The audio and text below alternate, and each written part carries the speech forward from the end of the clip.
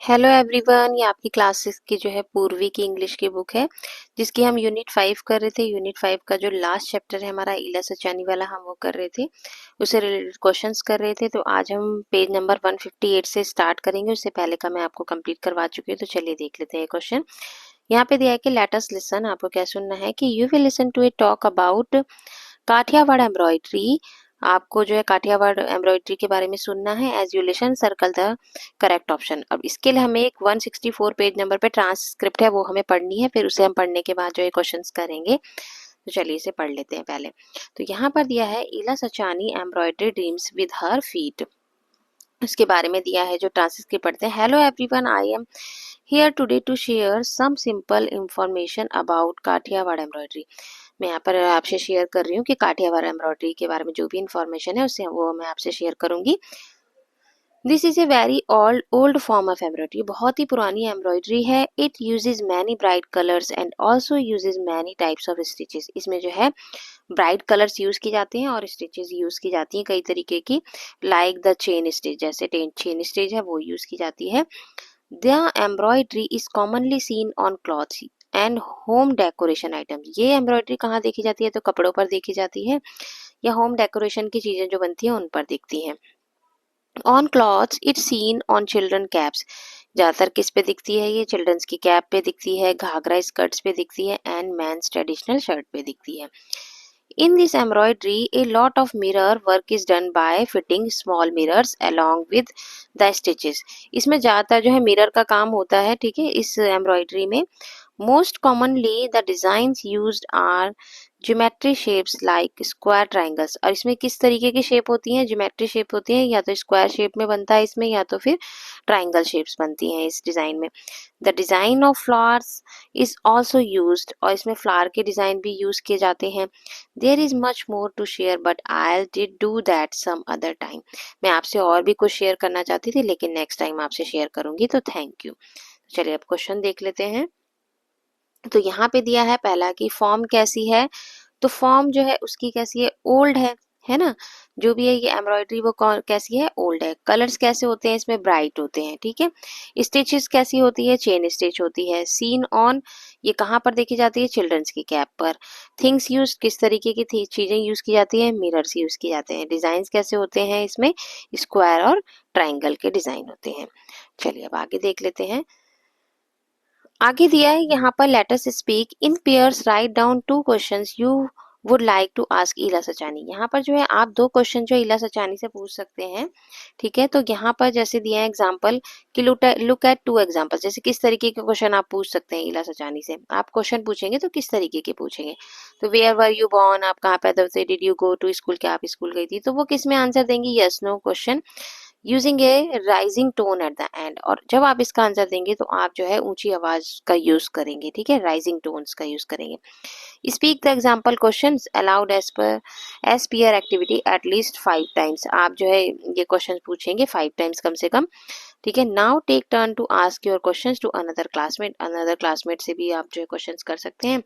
Speak clearly, बोलिए with the correct rising tone as shown in 1।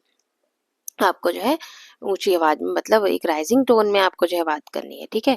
जैसे किस तरीके के क्वेश्चन आप इला सचानी से पूछ सकते हैं। How did you learn to the embroidery with your feet. आपने एम्ब्रॉयडरी जो है कहाँ से सीखी थी? अपने फीट से।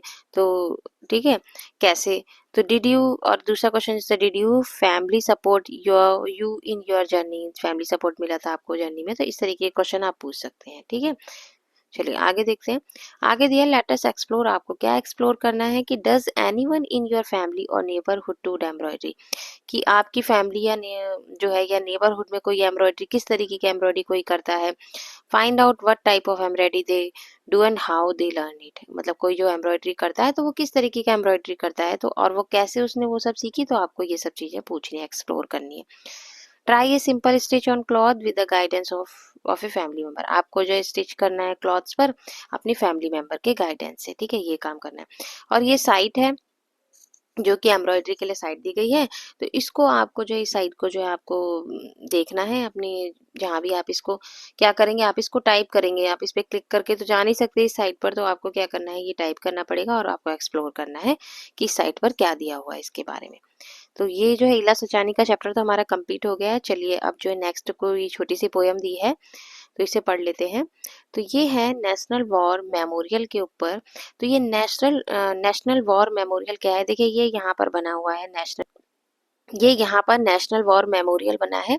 अब ये नेशनल वॉर मेमोरियल क्यों बनाया गया था, जो भी हमारे ब्रेव सोल्जर्स थे ना, तो ये नेशनल वॉर मेमोरियल बनाया गया है। फरवरी 2019 में बनवाया गया था ये नेशनल वॉर मेमोरियल, उनकी याद में। जो भी लोग जो हमारे ब्रेव सोल्जर्स हैं, जो है शहीद हो गए हैं, उनके लिए जो है नेशनल वॉर मेमोरियल बनाया गया है न्यू दिल्ली में।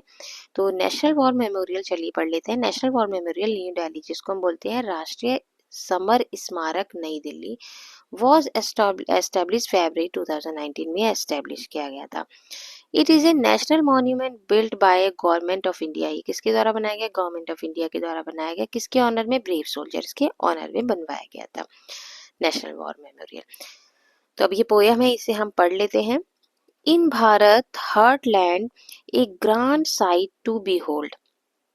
ठीक है, अब the national war memorial honours brave stories retold. ठीक है, तो यहाँ पर जो है ये जो हमारा नेशनल वॉर मेमोरियल है वो भारत के हार्टलैंड में, हार्टलैंड भारत का क्या है, न्यू दिल्ली है, तो भारत के हार्टलैंड में है एक grand sight to B hold, जिसको कि आप जो है देखोगे तो फिर आप उसे देखते ही रह जाओगे, इतना अच्छा बनवाया गया है। ठीक है, national war memorial honours brave stories retold. National war memorial जो है, जो हमारे ब्रेव सोल्जर्स थे उनकी स्टोरी को बताता है। जब हम उसे देखते हैं तो उसमें हमें उन ब्रेव सोल्जर्स की स्टोरीज दिखती हैं। विद रेस्पेक्ट, सेकंड जो है पैराग्राफ दिया है कि with respect and grace it stands with pride, each name etched, each stone, each story to confined. अब यहाँ पर क्या है कि with respect and grace it stand with pride. ये जो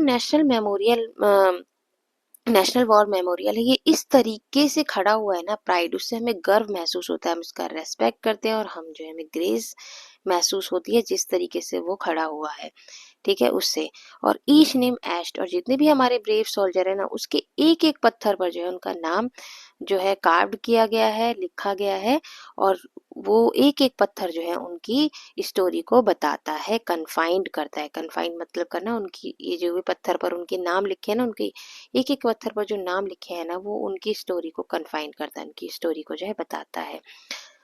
फ्रॉम, थर्ड है, from battle field to skies and to oceans wide they stand for Bharat side by side. अब यहाँ पर इस लाइन का मतलब क्या है कि बैटल फील्ड मतलब जो हमारी रणभूमि है, और जो हमारा आसमान है वहां पर भी ये सोल्जर्स हैं, ओशियंस वाइड में भी। अब देखिए बैटल फील्ड कैसे है, जो बैटल फील्ड हमारी धरती पर भी मतलब हमारे सोल्जर्स वहां भी खड़े रहते हैं, स्काई आसमान में भी हमारे सोल्जर्स रहते हैं, है ना।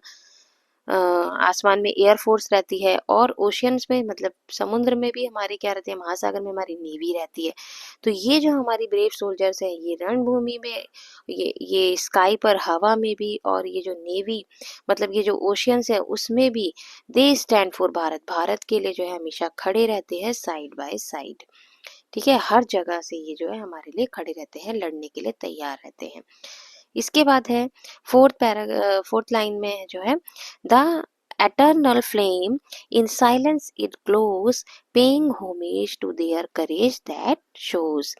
the eternal flame, अब देखिए जो अमर ज्योत चलती है ना वहां पर, ये अमर ज्योत है ना, यहाँ पर ये अमर ज्योत जलती रहती है वहां पर।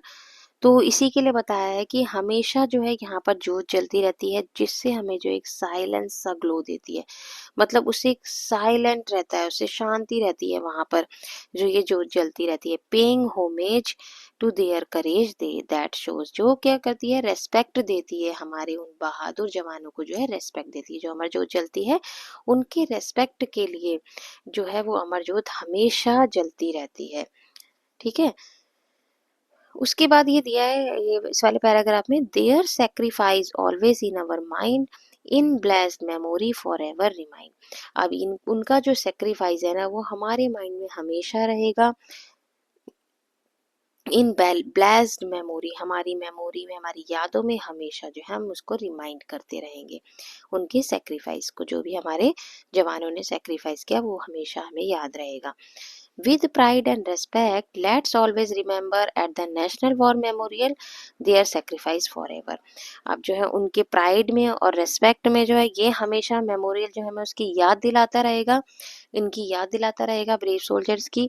At the national war memorial there sacrifice for, उनके सेक्रीफाइस को हम हमेशा याद रखेंगे। इस नेशनल वॉर मेमोरियल को देखकर हम जो है हमें हमेशा उनका सेक्रीफाइस याद रहेगा।